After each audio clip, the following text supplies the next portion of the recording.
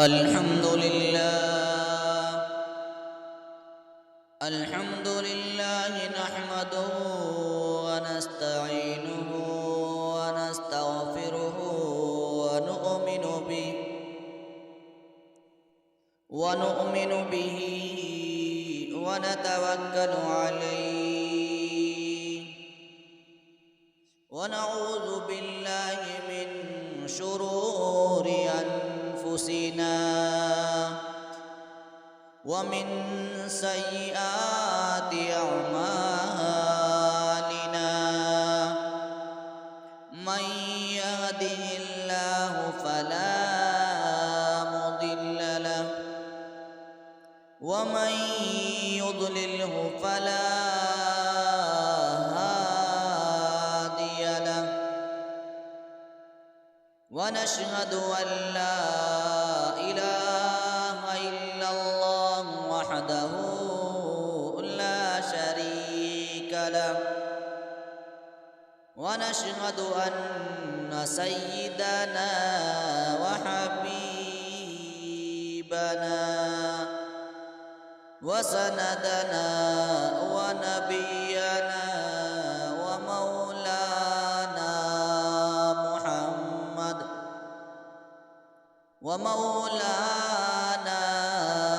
محمدا عبده ورسوله أما بعد فأعوذ بالله من الشيطان الرجيم بسم الله الرحمن الرحيم يا أيها الذين آمنوا اتقوا الله ولتنظر نفس ما قدمت لغد واتقوا الله إن الله خبير بما تعملون قال النبي صلى الله عليه وسلم إنما الأعمال بالنيات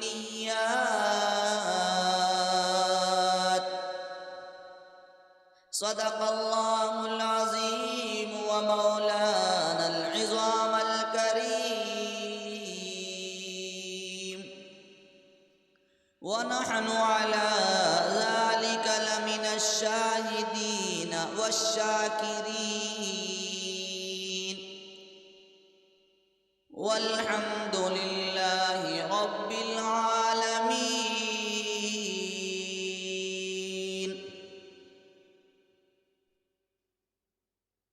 تمام حضرات اخلاص اور محبت کے ساتھ درود شریف پڑھ لیں۔ اللہم صلی علی محمد وعلی آل محمد کما صلیت علی ابراہیم وعلی آل ابراہیم انک حمید مجید۔ اللہم بارک علی محمد وعلی آل محمد کما بارکت علی ابراہیم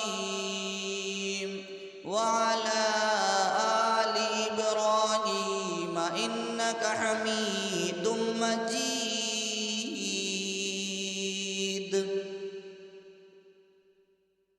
میرے محترم بزرگوں اور عزیز ساتھیوں، آج جمادی الثانی کا دوسرا جمعہ ہے۔ میرے پیارے دوست اور بزرگوں، یہ بڑی عظمت کا مالک ہے مہینہ، بڑا بابرکت مہینہ ہے۔ اس مہینے میں خلیفہ اول سیدنا ابو بکر صدیق رضی اللہ تعالی عنہ کی شہادت ہوئی۔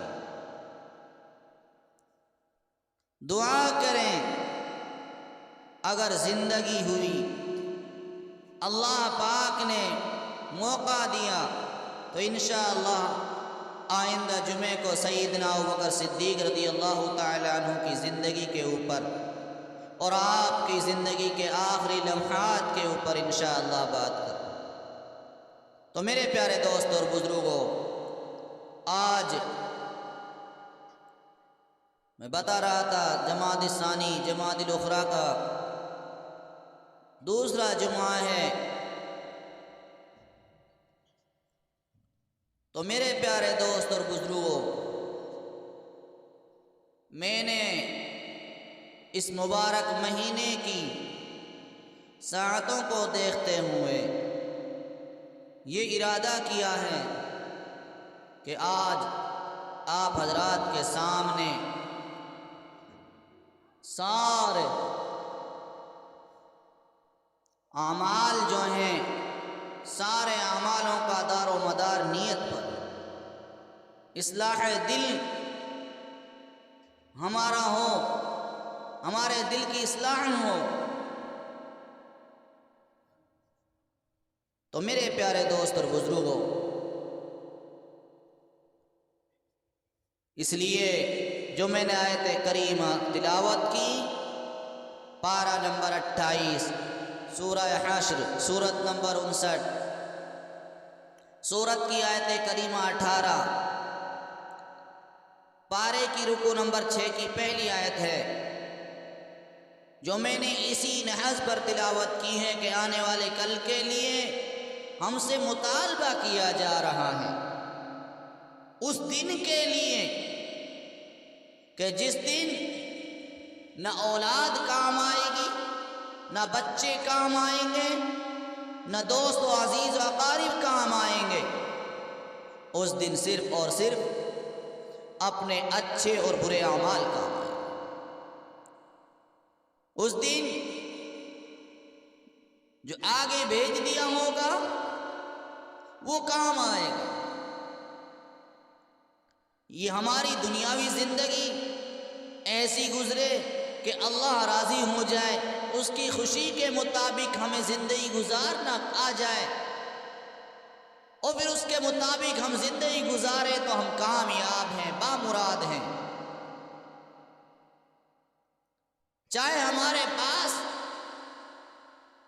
حالات کے تقاضے کو دیکھتے ہوئے سر چھپانے کے لیے مکان نہ ہو، پیٹ بھرنے کے لیے ہمارے پاس میں لقمہ نہ ہو، کپڑوں کے نام پر سطر چھپانا بھی مشکل ہو رہا ہو، فاقہ مستی میں زندگی گزاری جا رہی ہو، چاروں طرف سے پریشانیاں اور الجھنیں ہوں، مسائل کی الغار ہو، قدم قدم پر رکاوٹیں ہوں، مگر اس کے باوجود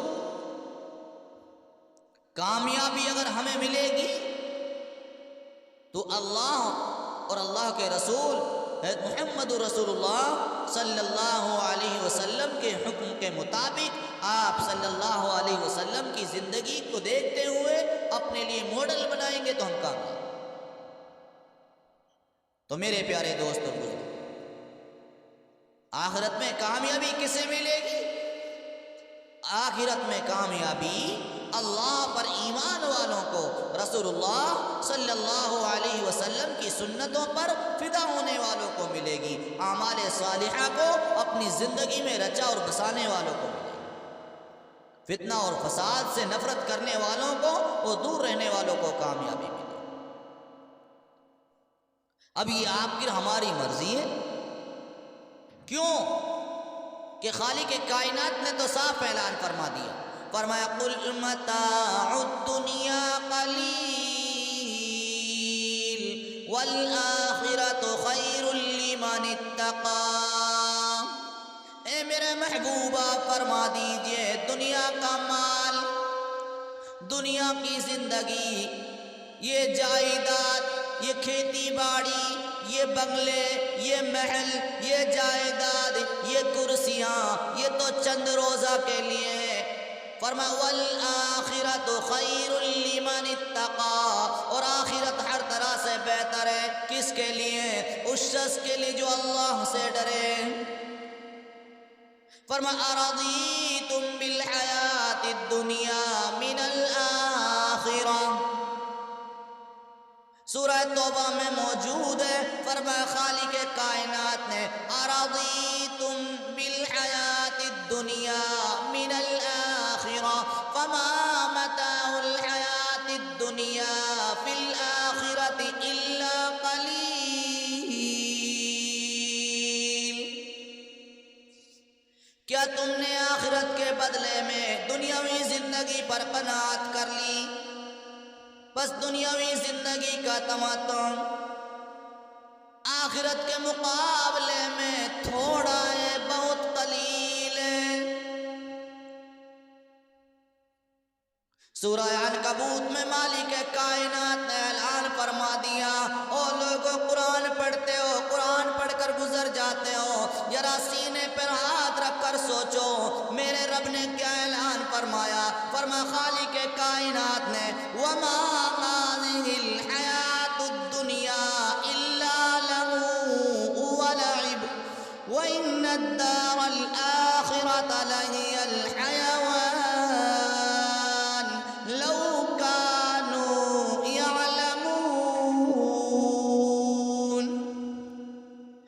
دنیاوی زندگی فی نفسی بجز لہو لعب کے اور کچھ بھی نہیں، اصل زندگی عالم آخرت کاش کہ وہ جانتے۔ اور لوگ آج تمہیں معلوم ہونا چاہیے جس دنیا کے پیچھے بھاگے بھاگے پھرتے ہو یہ کسی کے کام نہ آئی، اس نے کسی کا ساتھ نہ دیا۔ بڑے بڑے بہادر آئے مگر اس دنیا سے چلے گئے، خالی ہاتھ آئے، خالی ہاتھ دنیا سے تشریف لے گئے۔ تو میرے پیارے دوست اور بزرگوں، یہ سوچنے کی بات ہے، یہ سمجھنے کی بات ہے کہ اصل زندگی دنیا کی زندگی نہیں ہے، بلکہ اس کے آگے کوئی دوسری زندگی، وہ عالم میں برزخ اور عالم آخرت۔ آخرت کی زندگی کھیل تماشا نہیں، اس کی حقیقت کو قرآن مجید نے، قرآن پاک نے اجاگر کر دیا۔ وہ بڑی کٹھن اور مشکل گھڑی، ارے وہ زندگی تو بڑی کیس ہوگی مگر اس کا حساب و کتاب کا جو وقت ہے وہی بڑا مشکل مرحلہ ہے۔ پلسرات سے پار کرنا آسان کھیل نہیں، یہ نٹ کھٹ کا کھیل کوئی نہیں، جی آیا جیسے چاہا جدھر سے چاہا بٹن دبائی نکل گئے، نہیں، وہ بڑی مشکل گھڑی۔ وہاں مکر و فریب، دھوکہ بازی، جھوٹ اور فساد نہیں چلے گا۔ ہاں یاد رکھ لیں یہ چیزیں، وہاں رشوت بازی نہیں چل سکتی، اور ایسی گھڑی ہوگی اور ایسا مشکل وہاں کا موقع ہوگا۔ قرآن بتاتا ہے، قرآن کہتا ہے کہ جو گناہگار ہوں گے، فاسق و فاجر ہوں گے، وہ تو مصیبت میں، پریشانیوں میں ڈوب رہے ہوں گے، مگر جو نیک ہوں گے، باعزت ہوں گے، با کمال ہوں گے، باشرف ہوں گے، ان کا کچھ اور ہی حال ہے۔ اور لوگوں، جن ہاتھوں سے آج ہم ظلم کرتے ہیں، جن ہاتھوں سے ایک دوسرے پر ناحق حملہ کرتے ہیں، نہ جانے ان ہاتھوں سے کتنی ٹھگی کرتے ہیں، کمزوروں پر، لاچاروں پر ظلم کرتے ہیں۔ قرآن کہتا ہے کہ انسان کے ہاتھ پاؤں انسان کے خلاف گواہی دیں۔ دنیا میں ہے گڑی اور طاقت دکھانے والا، معیشت میں غرق انسان بے کس اور بے سہارا مجبور ہو جائے گا۔ ہے تو میرے پیارے دوست اور بزرگوں، آج میں دراصل بات کر رہا تھا کہ جو ہم عبادت کرتے ہیں اس عبادت کے اندر بھی ہمیں کچھ اچھا اور برا ملنے والا ہے۔ اس کے لیے شرط ہے کہ ہم جو بھی اچھا کام کر رہے ہیں اس میں اللہ کی رضا اگر داخل ہے، اللہ کے حضور ہم نماز پڑھ رہے ہیں مگر اللہ کو راضی کرنا مقصد نہیں، لوگوں کو دکھانا مقصد ہے، تو یاد رکھ لیں وہ نماز ہماری کمزور ہے۔ کیوں؟ اس لیے حدیث شریف میں ہے کہ محبوب کریم صلی اللہ علیہ وسلم نے صاف اعلان فرمایا محبوب کریم صلی اللہ علیہ وسلم نے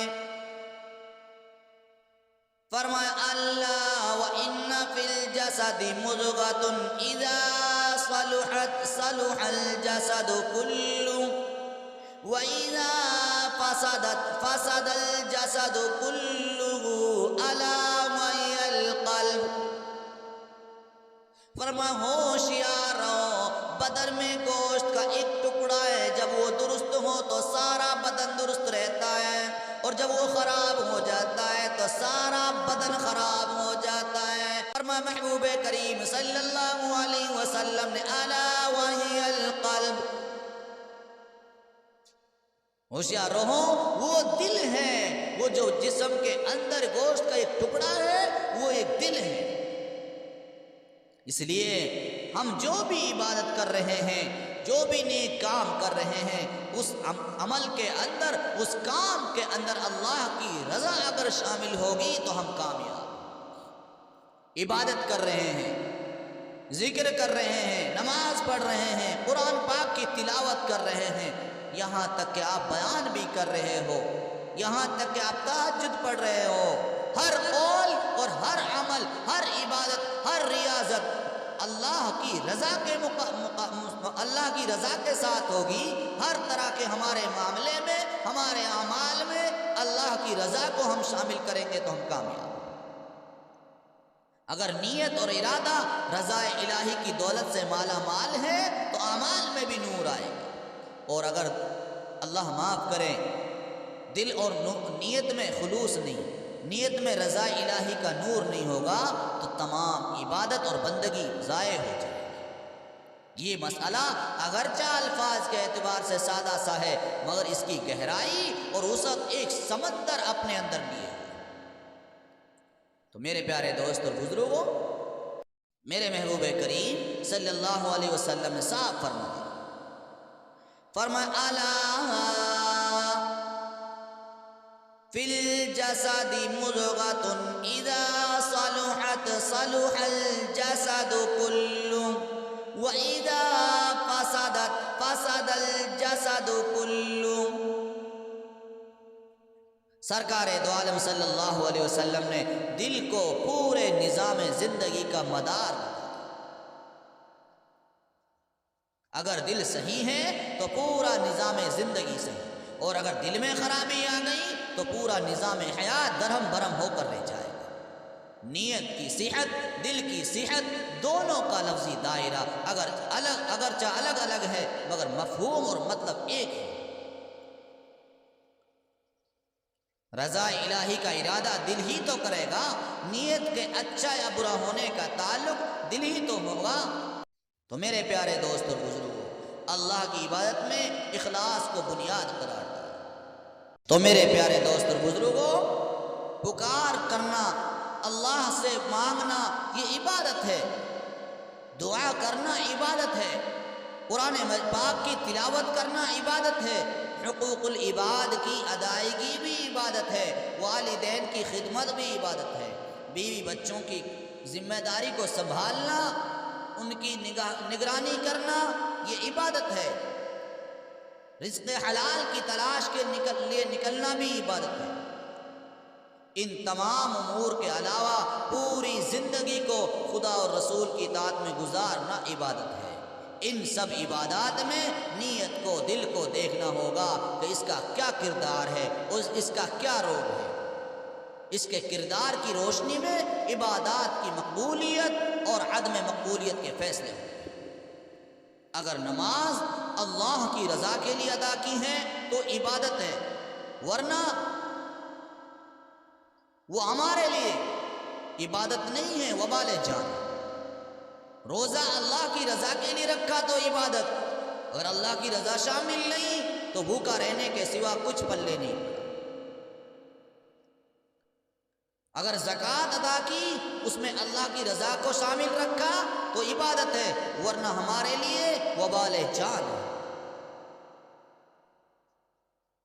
اگر حج کی اور حج کرنے کے اندر اللہ کی رضا شامل ہے تو عبادت ہے، ورنہ وہ ہمارے لیے عبادت نہیں ہے، وہ مال کو لٹانا ہے، ایک ہمارا ظاہراً سفر ہے۔